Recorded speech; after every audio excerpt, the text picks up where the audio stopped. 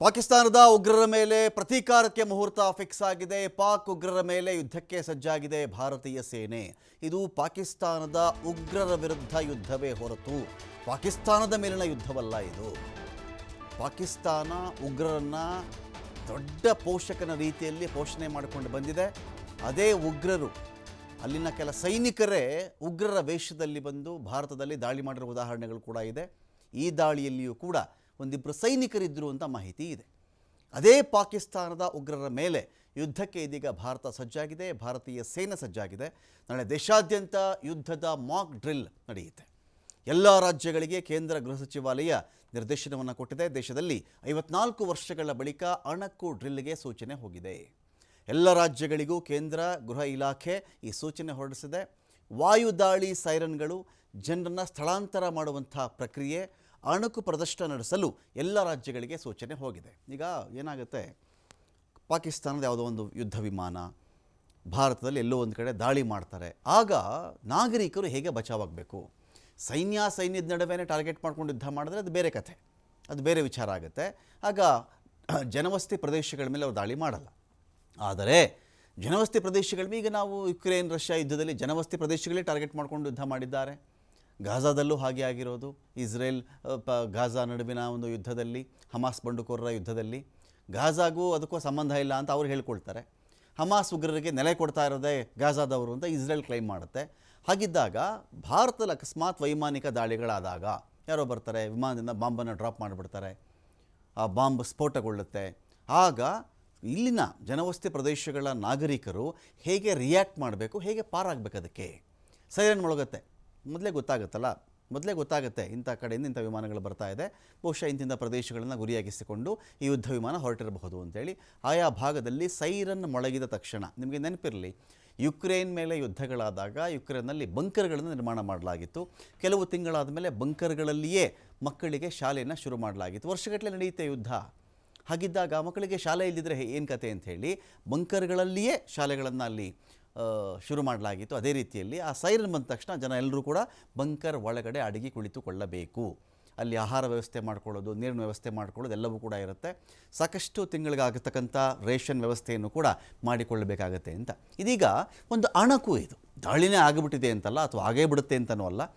ಪಾಕಿಸ್ತಾನಕ್ಕೆ ಸದ್ಯದ ಸ್ಥಿತಿಗತಿ ನೋಡಿದ್ರೆ ಇಷ್ಟು ದೂರಕ್ಕೆ ಅದು ಬರುವಂಥ ಶಕ್ತಿ ಅದಕ್ಕಿಲ್ಲ, ಬರೀ ಪಾಕಿಸ್ತಾನವನ್ನು ಕನ್ಸಿಡರ್ ಮಾಡಿದ್ರೆ. ಆದರೆ ಪಾಕಿಸ್ತಾನಕ್ಕೆ ಇನ್ನೊಂದಷ್ಟು ಪಿತೂರಿ ರಾಷ್ಟ್ರಗಳು ಸೇರಿಕೊಂಡಾಗ ಭಾರತದ ವಿರುದ್ಧ ನೇರವಾಗಿ ಯುದ್ಧ ಮಾಡೋಕ್ಕಾಗಲ್ಲ. ಆದರೆ ಪಾಕಿಸ್ತಾನನ ಮುಂದಿಟ್ಟುಕೊಂಡು ಯುದ್ಧ ಮಾಡ್ತೀವಿ ಅಂತ ಆಸೆ ಇರುತ್ತಲ್ಲ, ಅಂಥ ದೇಶಗಳು ಸಪೋರ್ಟ್ ಮಾಡಿದಾಗ ತನ್ನಿಂದಾನೇ ಪಾಕಿಸ್ತಾನಕ್ಕೆ ಆ ಶಕ್ತಿ ಬರಬಹುದೇನೋ.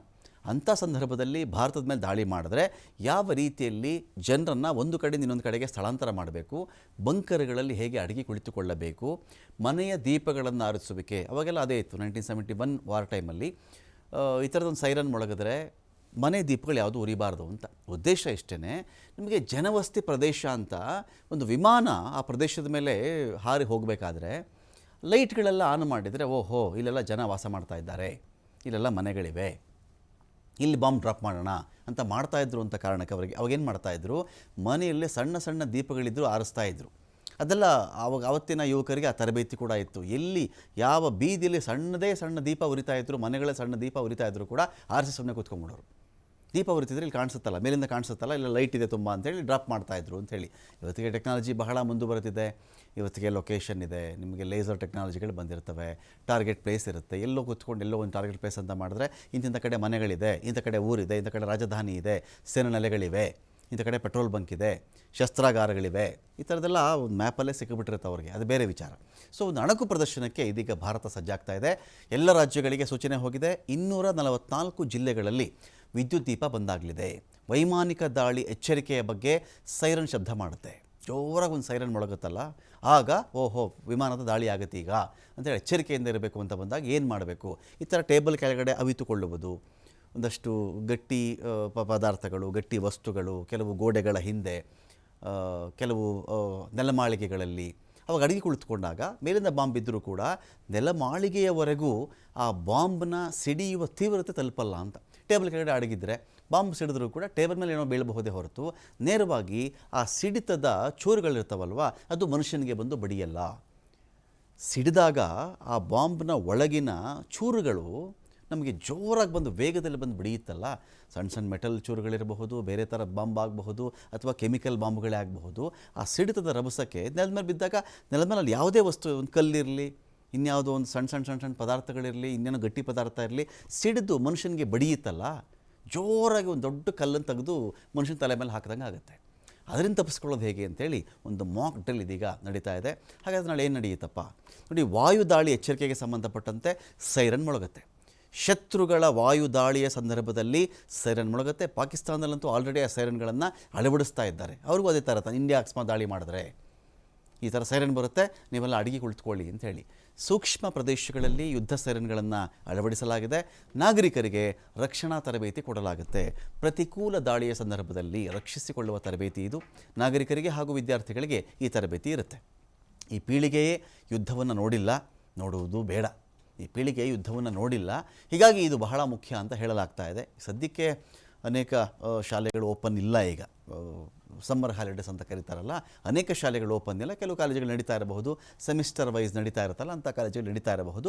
ವಿದ್ಯಾರ್ಥಿಗಳಿಗೆ ಈ ಒಂದು ತರಬೇತಿಯನ್ನು ಕೊಡಲಾಗ್ತಾ ಇದೆ. ಇದೀಗ ಬ್ಲ್ಯಾಕ್ಔಟ್ ಡ್ರಿಲ್. ವಾಯುದಾಳಿ ವೇಳೆ ನಗರ ಹಳ್ಳಿಗಳಲ್ಲಿ ವಿದ್ಯುತ್ ಕಡಿತ ಮಾಡಲಾಗುತ್ತೆ. ಈ ವಾಯುದಾಳಿ ಆಗಬೇಕಾದ್ರೆ ಸಾಮಾನ್ಯವಾಗಿ ಈಗ ಪ್ರತಿ ಮನೆಗೆ ಹೋಗಿ ಲೈಟ್ ಆಫ್ ಮಾಡಿ ಅಂತ ಹೇಳಿದ್ರೆ ಕೆಲವರು ಆಫ್ ಮಾಡಬಹುದು, ಕೆಲವರು ಆಫ್ ಮಾಡದೇ ಇರಬಹುದು. ಆಗೇನು ಮಾಡಬೇಕು, ಇಡೀ ಹಳ್ಳಿಗೇನೆ ಪವರ್ ಸಪ್ಲೈ ಕಡಿತ ಮಾಡೋದು. ನಮಗೆ ಯಾರು ಆನ್ ಮಾಡೋಕ್ಕಾಗಲ್ವಲ್ಲ. UPS ಇಟ್ಕೊಳ್ಳೋದು ಅದು ಬೇರೆ ವಿಚಾರ, ಅಕಸ್ಮಾತ್ UPS ಇದ್ದರೆ. ಸೊ ಅದನ್ನು ಕೂಡ ಯೋಚನೆ ಮಾಡಬೇಕಾಗುತ್ತೆ. ಅದು ಅವರ ಹಿತದೃಷ್ಟಿಯಿಂದನೇ ಹೊರತು ಬೇರೆ ಉದ್ದೇಶ ಇರಲ್ಲ. ರಾತ್ರಿ ವಾಹನಗಳ ಸಂಚಾರವನ್ನು ಕೂಡ ಸ್ಥಗಿತ ಮಾಡಲಾಗುತ್ತೆ. ವೈರಿ ದೇಶಗಳಿಗೆ ಊರುಗಳ ಗುರುತು ಪತ್ತೆ ತಡೆಯೋದಕ್ಕೆ ಈ ಕ್ರಮವನ್ನು ಕೈಗೊಳ್ಳಲಾಗಿದೆ.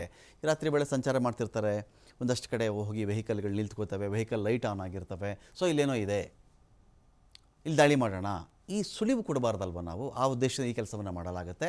ಸ್ಥಾವರಗಳ ಮರೆಮಾಚುವಿಕೆ. ನಮ್ಮ ಪ್ರಮುಖ ಸ್ಥಾವರಗಳು ಸುರಕ್ಷಿತವಾಗಿರಿಸೋದು ಕೂಡ ಒಂದು ಪ್ರಮುಖ ಆಗುತ್ತೆ. ಅಣು ಸ್ಥಾವರ ಇರುತ್ತೆ. ಈ ಅಣು ಸ್ಥಾವರಗಳಲ್ಲಿ ಅಕಸ್ಮಾತ್ ಅದರ ಮೇಲೆ ದಾಳಿ ಮಾಡಿಬಿಟ್ಟಾಗ, ಯುಕ್ರೇನ್ ಮೇಲೆ ಕೂಡ ಇಂಥ ದಾಳಿ ಪ್ರಯತ್ನಗಳಾಗಿದೆ, ದಾಳಿಯನ್ನೇ ಮಾಡಿದ್ದಾರೆ. ಅಣು ವಿದ್ಯುತ್ ಸ್ಥಾವರ ಇತ್ತಪ್ಪ, ಅಲ್ಲೇನೋ ದಾಳಿ ಮಾಡಿದಾಗ ಅದರಿಂದ ಯುರೇನಿಯಂ ಇನ್ನೊಂದು ಮತ್ತೊಂದು ಅಪಾಯಕಾರಿ ವಿಷಾನಿಲಗಳು, ಕೆಮಿಕಲ್ ರಾಸಾಯನಿಕಗಳು ಸಿಡಿದು ಬಿಟ್ಟರೆ ಅವರೇನು ಎಲ್ಲರನ್ನೂ ಬಾಂಬ್ ಹಾಕಿ ಸಾಯಿಸೋದೇ ಬೇಡ, ಆ ವಿಷಗಾಳಿನೇ ಸಾಕು. ಅಲ್ಲಿ ಲಕ್ಷಾಂತರ ಜನ ಸಾಯಿಸಿಬಿಡುತ್ತೆ. ಹಾಗಾಗಿ ಅಂಥ ಸ್ಥಾವರಗಳನ್ನು ಸುರಕ್ಷಿತವಾಗಿರಿಸ್ಬೇಕು ನಾವು. ಶತ್ರುಗಳ ಬಾಂಬ್ ದಾಳಿಗೆ ತುತ್ತಾಗದಂತೆ ನೋಡಿಕೊಳ್ಳಬೇಕು. ಸ್ಥಳಾಂತರ ಪೂರ್ವಾಭ್ಯಾಸ. ದುರ್ಗಮ ಪ್ರದೇಶಗಳಿಂದ ಜನರನ್ನು ಸ್ಥಳಾಂತರ ಮಾಡುವಂಥ ತಾಲೀಮು ಕೂಡ ನಡೀತಾ ಇದೆ.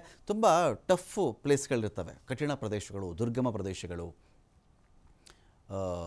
ಗುಡ್ಗಾಡು ಪ್ರದೇಶಗಳು. ಅಂಥ ಕಡೆದ ಜನರನ್ನು ಹೇಗೆ ಸ್ಥಳಾಂತರ ಮಾಡೋದು, ಅವ್ರನ್ನ ಹೇಗೆ ರಕ್ಷಣೆ ಮಾಡೋದು ಅಂತ ಕೂಡ ನಾಳೆ ಪರೀಕ್ಷೆ ನಡೀತಾ ಇದೆ.